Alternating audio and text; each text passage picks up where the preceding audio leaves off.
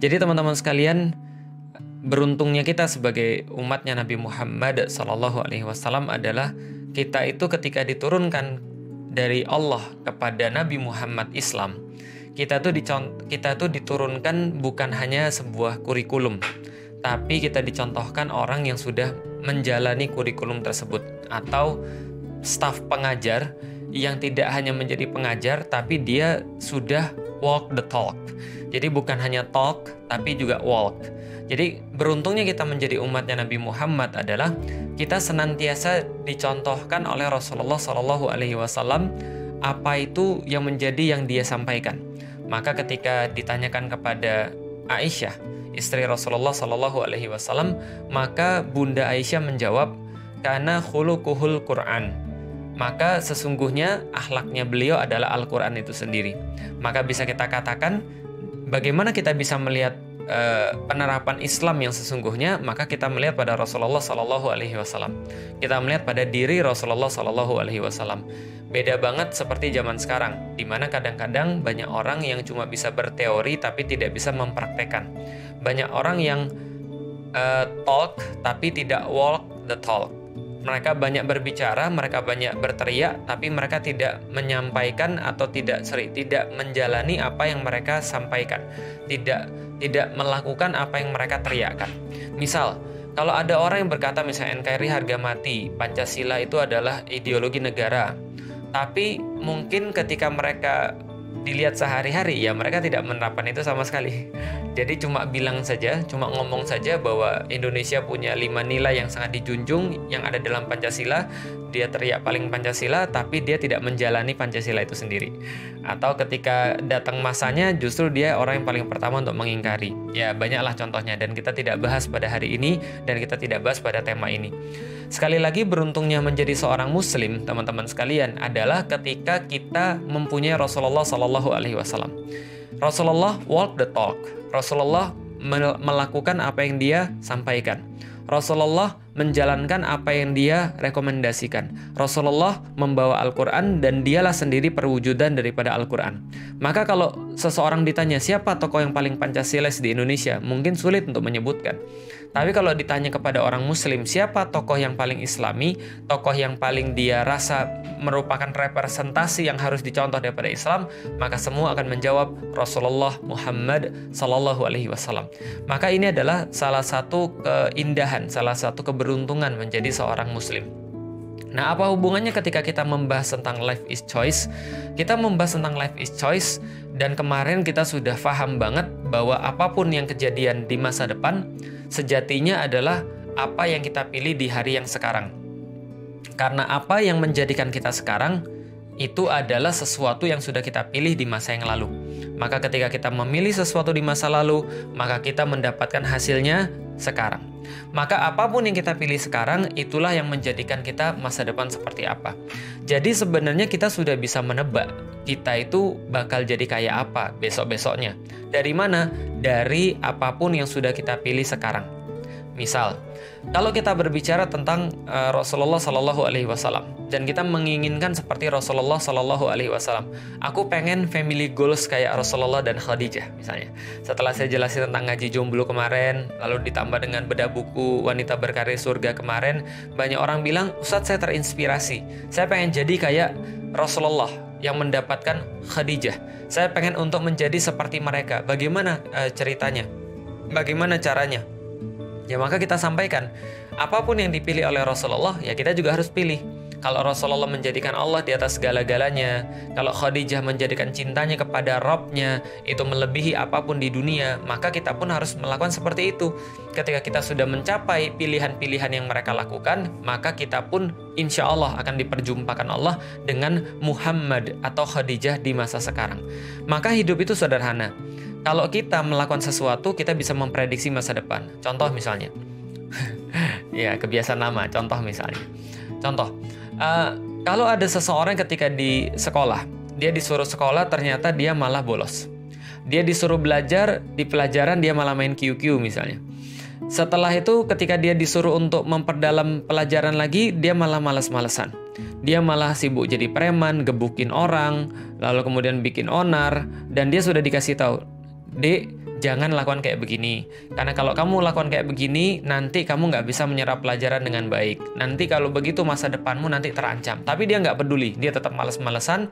Yang lain belajar, dia malas-malesan. Yang lain kemudian mencoba untuk memperhatikan guru, dia gangguin teman-temannya. Yang lain berusaha untuk bermanfaat di luar sekolah, dia malah membuat kacau misalnya di sekolah ataupun di lingkungan. Nah, kalau pilihan-pilihan hidupnya begini, kita sudah tahu masa depannya. Ya kalau nggak masa depannya jadi pekerjaannya nggak bagus, ya jadi preman, ataupun ya bisa jadi mati sebelum muda. Bisa jadi. Kenapa? Karena kita sudah bisa tebak daripada apa yang dia lakukan di hari yang sekarang. Tapi kalau kita bisa lihat, kita bakal jadi apa ke depan, kalau kita menginginkan sesuatu yang baik-baik, ya kita tinggal tanya aja. Contoh, saya nanya sama bapak saya, papi nikah umur berapa? Bapak saya bilang saya nikah umur 23 tahun. Maka saya tanya sama bapak saya, kalau saya mau nikah umur 23 tahun juga, apa yang saya lakukan? Bapak saya bilang, oh umur kamu ketika papi SMP, papi sudah jualan habis sekolah. Oh gitu ya, berarti dia sudah mulai mengambil tanggung jawab. Berarti kalau saya mau nikah minimal seumur dia, ya saya harus mengambil tanggung jawab di waktu yang sama. Maka kalau apapun yang sudah dia langkahkan, kita contoh, misal kalau saya bisa melakukan saya bisa melakukan yang bapak saya lakukan ketika seumur dengan saya, maka kemungkinan besar apa yang dia capai di umur dia akan saya capai ketika mencapai umur kayak dia juga. Paham ya? Contoh, kalau bapak saya jualan umur 15 tahun dan saya juga jualan umur 15 tahun. Lalu umur 16 tahun dia sudah bisa membiayai keluarganya. Dan saya umur 16 tahun juga sudah bisa membiayai keluarga saya sendiri. Maka itu on the track. Maka umur 23 tahun ketika dia menikah, besok umur 23 tahun dengan asumsi yang sama, saya juga sudah bisa memprediksikan, saya juga sudah bisa mengasumsikan bahwa saya akan nikah umur 23. Ternyata saya nikah umur berapa? Saya nikah umur 22,5 tahun. Alhamdulillah, ada prestasi yang lebih tinggi. Kenapa? Karena dulu dan sekarang berbeda. Dulu bapak saya harus nyari uang sendiri untuk bisa ngidupin dirinya sendiri dan ngidupin keluarganya dan termasuk untuk pernikahan. Sekarang tidak. Sekarang saya nggak harus menghidupi diri saya sendiri. Saya punya bapak saya yang cukup berada, lalu bapak saya yang memberikan harta bagi saya untuk menikah. Lah, berarti saya duluan. Kenapa saya bisa duluan? Karena kondisinya berbeda. Paham ya? Jadi kalau kita melakukan sesuatu yang mirip-mirip dengan orang, ya kita tinggal lihat aja masa depannya kayak apa. Ya tanya sama preman-preman, tanya sama orang-orang hidupnya gagal dalam kehidupan. Tanya sama orang-orang yang gagal dalam kehidupan. Tanya sama mereka, apa resep mereka jadi kayak begitu? Karena tidak ada yang gagal. Yang ada tuh cuma results. Nggak ada berhasil, nggak ada gagal. Yang ada cuma results. Results dia yang sekarang, yang dalam tanda kutip katanya gagal, itu adalah hasil daripada apapun yang sudah dia pilih. Dan ada orang yang sukses, itu adalah results, hasil daripada apapun yang sudah dia pilih. Jadi kalau Anda tanya sama orang yang gagal, apa pilihan-pilihan dia dalam hidup, dan Anda ulangi, berarti masa depan Anda sama kayak dia. Dan kalau Anda tanya sama orang yang berhasil dalam kehidupan, entah dalam hal apa saja, kan sudah kita bahas dari awal, ini nggak hanya mengenai agama, dan Anda tanya sama dia, apa pilihan-pilihan yang sudah Anda pilih dalam kehidupan, sehingga Anda jadi kayak sekarang, dan dia jawab, Anda ikuti, maka Anda akan jadi sama berhasilnya kayak dia. Karena hidup adalah pilihan, kira-kira sama berhasilnya. Jadi, yang ada tuh cuma results, yang ada tuh cuma hasil. Tapi yang menjadi apa yang dibuat orang sebelum itu adalah pilihan-pilihan dia. Nah, menjadi keberuntungan lagi adalah Rasulullah Shallallahu Alaihi Wasallam itu adalah orang yang pasti paling mulia di atas muka bumi ini. Nggak ada keraguan tentang itu. Nggak ada perdebatan tentang itu. Saya ditanya sama orang, kalau seandainya saya boleh untuk memilih seseorang, untuk dijadikan role model, untuk dijadikan sebagai seseorang yang saya tuju, yang saya pengen jadi kayak dia, tentu saja kita semua berharap bahwa kita jadi sama seperti Rasulullah Muhammad Sallallahu Alaihi Wasallam. Maka ketika kita ditanya bagaimana caranya menjadi Rasulullah, berarti kita tinggal tanya, ya Rasulullah, pilihan-pilihan hidupmu kayak apa? Ya Rasulullah, ketika dalam kondisi begini, apa yang kamu pilih? Ya Rasulullah, kalau kamu masih hidup dan menemui kondisi seperti yang saya sekarang temui, kira-kira seperti apa engkau akan melakukan? Dan kesemuanya itu lengkap, detail, sampai bagian-bagian yang sangat spesifik di dalam sunnah Rasulullah Sallallahu Alaihi Wasallam. Maka apapun yang Rasulullah pilih, dan kalau itu kita lakukan juga, kita akan berakhir di tempat yang sama seperti beliau Sallallahu Alaihi Wasallam. Pasti. walaupun kita tidak akan sesempurna beliau. Dan itu masalahnya seberapa kita bisa menepati apa yang beliau lakukan sebagai pilihan-pilihan dalam hidupnya. Dan tentu saja tidak bisa semuanya. Kadang-kadang ada orang bilang, Allah kamu itu ngomong aja, Rasulullah itu poligami, kamu enggak. Ya itu yang saya bilang, jadi enggak bisa semuanya. Dan karena itulah di dalam Islam ulama-ulama membahas bagian-bagian mana yang wajib ditiru dari Rasulullah, bagian-bagian mana yang bersifat sunnah ditiru dari Rasulullah, bagian-bagian mana yang boleh ditiru oleh Rasulullah dari Rasulullah, bagian-bagian mana yang makruh atau lebih baik tidak ditiru dari Rasulullah SAW. Emang ada, karena ada beberapa hal yang makruh bahkan haram untuk ditiru. Misal, ada beberapa yang dinamakan kekhususan Nabi. Ini nanti kita akan bahas lebih dalam di syariat ya. Tapi ada beberapa yang kadang-kadang justru haram kalau ditiru. Rasulullah tuh puasanya wisol, puasanya nyambung. Tiap hari Rasulullah puasa. Dan ada orang yang pernah mengatakan begitu. Ada 3 orang mengatakan bahwa saya akan sama seperti Rasulullah. Bahkan kalau bisa saya lebih bagus daripada Rasulullah. Ada 1 orang bilang saya akan tidur saya nggak akan pernah tidur tapi akan tahajud terus. Yang 1 lagi bilang saya nggak akan nikah. Yang 1 lagi bilang saya akan puasa terus nggak akan berbuka. Maka Rasulullah mendatangi mereka lalu berkata, kalian tahu nggak? Saya ini adalah orang yang paling bertakwa di atas muka bumi ini. Kenapa? Karena saya adalah Rasulullah, utusan Allah. Dan itu sudah konsekuensinya menjadi orang yang paling sempurna dalam percontohan kebaikan. Dan Rasul katakan, saya masih nikah, saya masih tidur dan berbuka puasa. Jadi kalau seandainya kamu itu berbuat tidak seperti saya, malah yang kemudian aneh-aneh, itu berarti haram. Nah, Rasulullah misalnya contoh beristri lebih daripada 4. Itu khusus bagi Rasulullah SAW yang tidak boleh diikuti kita.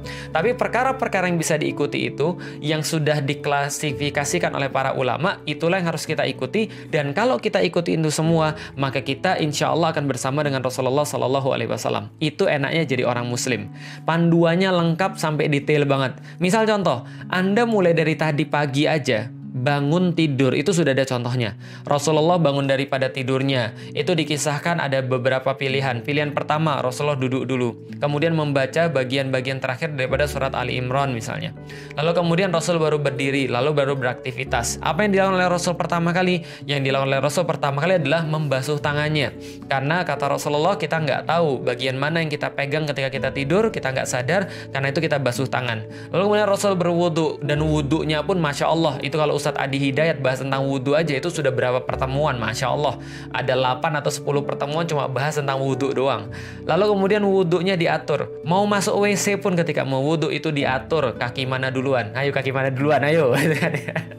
Saya sering nanya kayak gitu. Dan kaki mana duluan ketika masuk ke kamar mandi? Kanan. Nah itu contoh yang nggak lulus TK gitu kan ya. Kaki kanan kok duluan masuk WC. Masuk WC kaki kiri duluan. Dengan ada doanya. Lalu kemudian berwudhu. Setelah wudhu dengan rapi, dengan baik-baik, setelah wudhu pun ada doanya.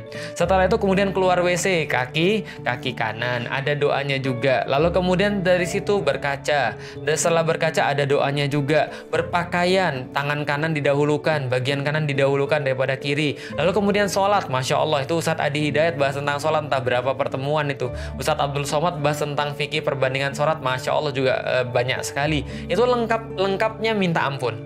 Setelah sholat, lalu kemudian dia berzikir, zikirnya pun dijelaskan, baca Quran, lalu kemudian di situ banyak tadaburnya, lalu kemudian setelah itu mandi, setelah semualah dari awal bangun sampai dengan tidur lagi itu semua lengkap, dan dalam semua level kehidupan, dalam level berumah tangga, dalam level untuk berkeluarga, dalam level untuk politik sebagai pemimpin, itu banyak sekali hadis-hadis tentang kepemimpinan. Maka ulama-ulama punya bab tentang kepemimpinan di dalam kitab-kitab fikih. Lalu kemudian dalam bab misalnya pertemanan, dalam bab misalnya ekonomi, dalam bab misalnya bahkan alam.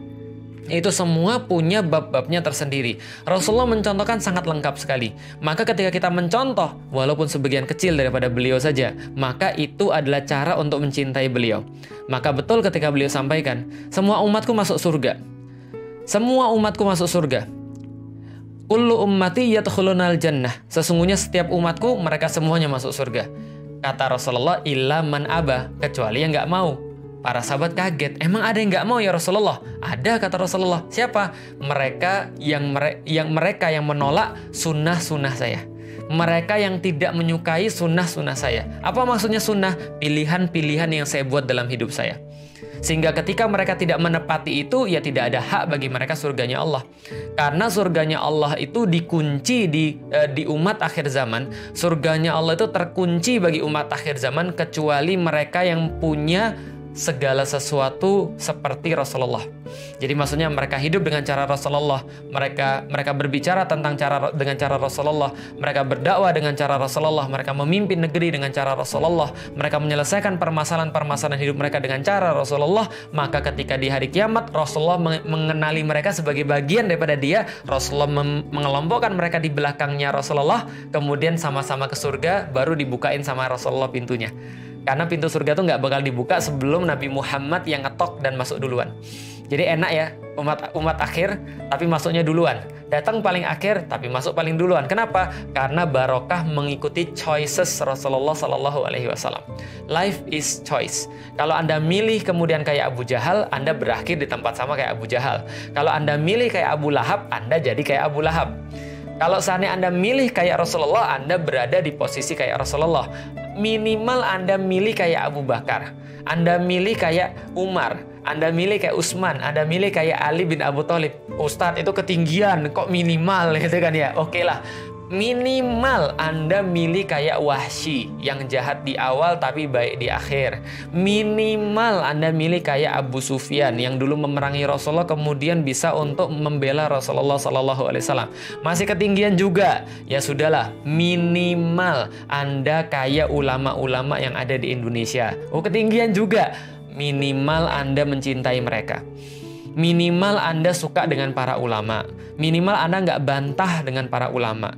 Anda nggak merasa sok tahu dibandingkan para ulama. Minimal Anda mendukung dakwahnya. Minimal Anda menyukai tausiah-tausiahnya. Minimal Anda membantu program-programnya. Kenapa? Rasulullah Shallallahu Alaihi Wasallam itu pernah menyampaikan sesuatu, almar'u ma'aman ahabbah. Sesungguhnya seorang manusia itu bersama dengan seseorang yang dicintainya. Maka kemudian waktu itu sahabat yang mendengarkan hadis ini berkata, "Ya Rasulullah, maka saksikanlah aku mencintai engkau ya Rasulullah, aku mencintai Abu Bakar ya Rasulullah, aku mencintai Umar ya Rasulullah, walaupun aku tidak bisa beramal seperti mereka." Maka kata Rasulullah, "Engkau bersama dengan orang-orang yang engkau cintai." Maka saya mencintai para ulama, saya mencintai orang-orang soleh, saya mencintai mereka yang tulus untuk berdakwah di jalan Islam, mereka yang rela untuk berkorban di jalan Allah Subhanahu wa Ta'ala. Saya mencintai orang-orang yang mereka senantiasa berusaha untuk mengikatkan diri mereka di jalan Allah, di syariat Allah, dengan orang-orang yang senantiasa berusaha untuk memberikan solusi bagi umat, mengangkat kemudian beban-beban mereka. Maka saya mencintai para asatis di barisan bangun negeri. Kenapa? Karena mereka sudah punya satu share yang sama dengan saya, bagaimana caranya kita bisa meringankan beban umat. Nah, ini minimal. Nah, itu tentang masalah life is choice. Tentang masalah hidup adalah pilihan dan kita ke depan adalah hasil pilihan kita yang sekarang. Berarti kita yang sekarang adalah hasil pilihan yang lalu. Maka kita bisa menebak diri kita jadi kayak apa. Tergantung daripada apa yang kita lakukan sekarang. Tapi problematikanya, banyak orang yang secara teori pengen jadi kayak Rasulullah Muhammad. Saya pengen jadi kayak Rasulullah Muhammad. Saya pengen jadi kayak Muhammad Al-Fatih. Saya pengen jadi kayak Umar bin Khattab. Saya pengen jadi kayak Salahuddin Al-Ayyubi. Saya pengen jadi kayak Nuruddin Zangki. Saya pengen jadi kayak Ertugrul bin Sulaiman Syah. Saya pengen jadi kayak Utsman bin Ertugrul dan segala macamnya, ataupun tokoh-tokoh Islam yang hebat yang lainnya. Tapi permasalahannya, mereka pengen jadi kayak Rasulullah Sallallahu Alaihi Wasallam, tapi sehari-hari pilihan hidupnya kayak Abu Lahab. Paham gak ya sekalian? Jadi pengennya jadi kayak Rasulullah, tapi ngelihat ada orang baca Quran kupingnya panas. Pengen jadi kayak Rasulullah, tapi ngelihat ada orang pengen untuk menerapkan aturan-aturan Allah, dia berkata bahwa itu intoleransi. Ketika melihat pengen jadi kayak Rasulullah, tapi kemudian sehari-harinya ketika dia ngelihat ada orang berdakwah dan pengen kemudian agar orang-orang mau untuk ketahui tentang Al-Quran, tentang Islam, mau untuk menerapkan aturan-aturan Allah di dalam Al-Quran, dia merasa terganggu dan dia merasa bahwa ini adalah bentuk makar. Nah, ini orang-orang yang merasa pengen jadi kayak Rasulullah tapi perbuatannya Abu Lahab, ngerasa kayak Abu Bakar, ngerasa kayak Umar, ngerasa kayak Ali, tapi pilihannya kayak Abu Lahab, Abu Jahal, Al-Akhnas bin Syarik. Saya nggak sebut ya terserah teman-teman aja. Banyak orang-orang model-model begini. Jadi nggak jelas sebenarnya dia tuh pengen jadi kayak apa. Jadi sebenarnya kalau Anda tuh mau jadi kayak apa ya sesuaikan pilihan-pilihannya. Jangan sampai kita pengen jadi kayak sesuatu tapi kita menyelisih pilihan-pilihannya. Ya sama kayak inilah, saya tanya, kamu mau main-main kemana? Kamu mau liburan kemana? Mau ke Turki dong. Oh gitu ya? Ke Turki mau kemana? Istanbul. Kalau gitu udah beli tiket? Belum. Lah, kalau gitu kesana naik apa? Ya nggak tahu. Kalau sudah waktunya, sudah takdirnya Allah pasti ngasih aja. Ini bukan pilihan-pilihan. Kalau dia mau pergi ke Turki, minimal dia akan cari tahu dulu Turki seperti apa. Dia akan cari tahu dulu Istanbul tuh seperti apa. Minimal dia akan pasang foto-fotonya. Minimal di HP-nya ada kemudian keinginan untuk itu. Saya pergi ke Istanbul pertama kali tahun 2013 awal. Saya nulis buku Muhammad Al-Fatih tahun 2010. Lalu kemudian 2010 saya nulis, lalu 2011 terbit. Saya perlu waktu 2 tahun untuk bisa pergi ke Turki setelah nulis buku Muhammad Al-Fatih. Jadi saya nulis buku Muhammad Al-Fatih, saya selesain buku itu, saya belum tahu Turki kayak apa, saya belum pernah pergi ke Istanbul. Tapi saya nulis, dan saya bukain semuanya. Saya hafal jalan-jalan di Istanbul. Saya hafal jalur-jalur di Istanbul. Saya tahu seperti apa landmark-landmark di Istanbul sebelum saya pergi ke sana. Kenapa? Karena saya saking tertariknya. Saya pengen banget ke Turki, saya pengen banget ke Istanbul. Saya pasang kemudian di Facebook saya masih ada datanya. Doa saya kepada Allah, ya Allah, ya Rob, kalau seandainya berkenan, mampukan hambamu untuk pergi ke sini. Caranya saya nggak tahu. Yang penting saya sudah coba segala cara yang saya mampu. Ya Allah, mudahkan ya Allah. Alhamdulillah 2 tahun kemudian saya pergi ke Turki. Dan ketika sudah sampai ke Turki, sudah sampai ke Istanbul, saya bisa nyebutin nama jalan-jalan di situ, nyeritain setiap landmark di situ, nyeritain setiap apapun yang ada di situ, yang lebih bagus daripada orang lokal. Kenapa? Karena saya sudah milih. Orang ke surga juga sama. Orang mau ke surga, tapi dia nggak tahu surga itu isinya apa. Tapi dia nggak pernah tahu siapa orang-orang yang masuk surga. Dia nggak pernah tahu teman-teman di surganya nanti kayak apa. Dia nggak pernah tahu apa makanan-makanan di surga. Dia nggak pernah tahu aktivitas apa yang ada di surga. Lalu bagaimana dia kemudian dikatakan serius untuk pergi ke surga? Sedangkan pilihan-pilihan ke sana dia nggak jelas. Orang dia yang surga kayak apa dia juga nggak jelas gitu loh maksudnya. Lah berarti dia tidak serius untuk pergi ke surga. Anda pengen jadi kayak Rasulullah Muhammad, pengen dapat kayak Khadijah. Atau Anda pengen dapat seorang laki-laki, kalau bagi perempuan, orang kayak Rasulullah Muhammad. Tapi Anda nggak pernah tahu bagaimana Khadijah itu. Anda nggak pernah pelajari bagaimana Aisyah itu. Anda nggak pernah tahu bagaimana Sofiyah itu. Atau Anda nggak pernah tahu bagaimana Saudah itu.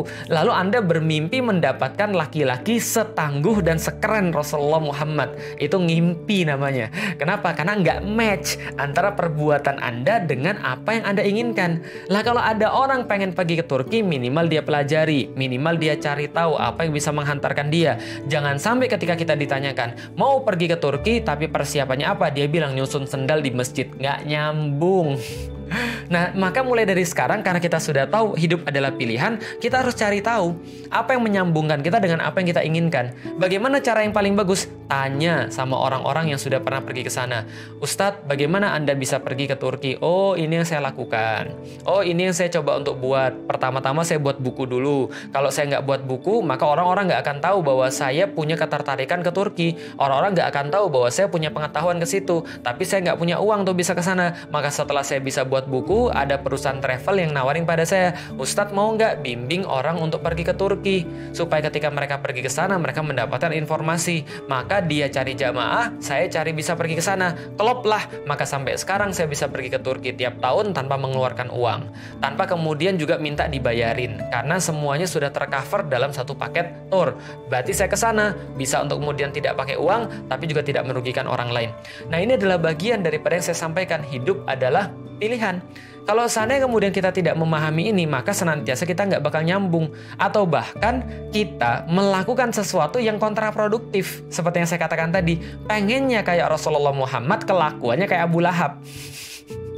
Nah, ini yang kemudian kita harus hindari.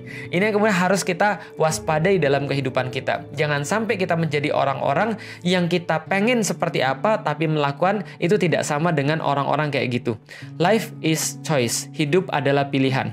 Maka hati-hati dengan referensi-referensi kita. Hati-hati dengan cara berpikir kita. Dan setiap waktu kita harus mengkalibrasi. Mengkalibrasi apa? Mengkalibrasi apa yang kita lakukan sesuai nggak dengan apa yang menjadi tujuan kita. Itu seperti apa yang kita ingin capai, nyambung nggak dengan pengorbanan dan apa yang sudah kita lakukan. Kita kalibrasi terus. Ibarat pesawat teman-teman sekalian. Pesawat itu ketika dia jalan, pesawat itu nggak akan bisa mandek pada satu titik di mana dia akan pasti nyampe. Nggak. Dia jalan dengan satu tujuan, dengan satu arah, tapi di tengah-tengah jalan, angin itu akan membuatnya jadi kacau. Membuat dia jadi oleng. Membuat dia jadi miring daripada tujuan dia. Maka setiap waktu, pilot itu katanya harus mengkalibrasi. Oke, ditiup angin, kalibrasi lagi. Ditiup angin lagi, kalibrasi lagi. Ditiup angin lagi, kalibrasi lagi. Setiap waktu dia harus kalibrasi. Supaya kenapa? Supaya dia tidak kehilangan arah. Kehidupan manusia juga sama. Maka itulah, alhamdulillah, dari awal saya sudah sampaikan, keuntungan kita menjadi seorang muslim adalah kita dikasih Rasulullah SAW yang walk the talk, yang setiap langkah-langkahnya bisa diikuti oleh kita, yang setiap keputusan-keputusannya bisa menginspirasi kita, yang setiap apapun yang beliau katakan, beliau lisankan, bahkan beliau diamkan, itu adalah menjadi bagian daripada apapun yang bisa kita contoh selama kita berada di dunia. Dan itu semua lengkap, semua tersedia, tinggal kita mau belajar atau tidak. Life is choice. Dan pertanyaan pada hari ini adalah, sudah sejauh mana kehidupan kita itu sesuai dengan siapa yang ingin kita tujukan hidup kita, sama seperti dia. Dan pertanyaan yang berikutnya adalah, apakah justru kehidupan kita sekarang malah jauh? Dan kalau misalnya jauh, apa yang perlu kita lakukan? Pelajari pilihan-pilihan orang-orang yang menjadi goals kita, lalu kemudian sesuaikan semaksimal mungkin apapun yang kita lakukan agar sesuai dengan apapun yang telah dipilih oleh siapapun yang menjadi kita tuju. Kalau itu Rasulullah, maka bacalah sirah Rasul, maka bacalah kisah perjalanan Rasul, maka bacalah setiap episode dan segmen hidup Rasulullah. Maka mudah-mudahan kalau misalnya kita semua sudah melakukan itu, kita jadi tahu secara teoritis, maka kita ketika menghadapi hal yang sama, ketika berada di persimpangan yang sama, mendapatkan problematika yang sama, mendapatkan hal-hal yang hampir sama, kita senantiasa bisa relate kehidupan kita dengan kehidupan Rasulullah SAW. Itu aja teman-teman sekalian, semoga bermanfaat dan semoga kita bisa melanjutkan sharing kita besok-besok masih di bab Life is Choice. Makasih. Assalamualaikum warahmatullahi wabarakatuh.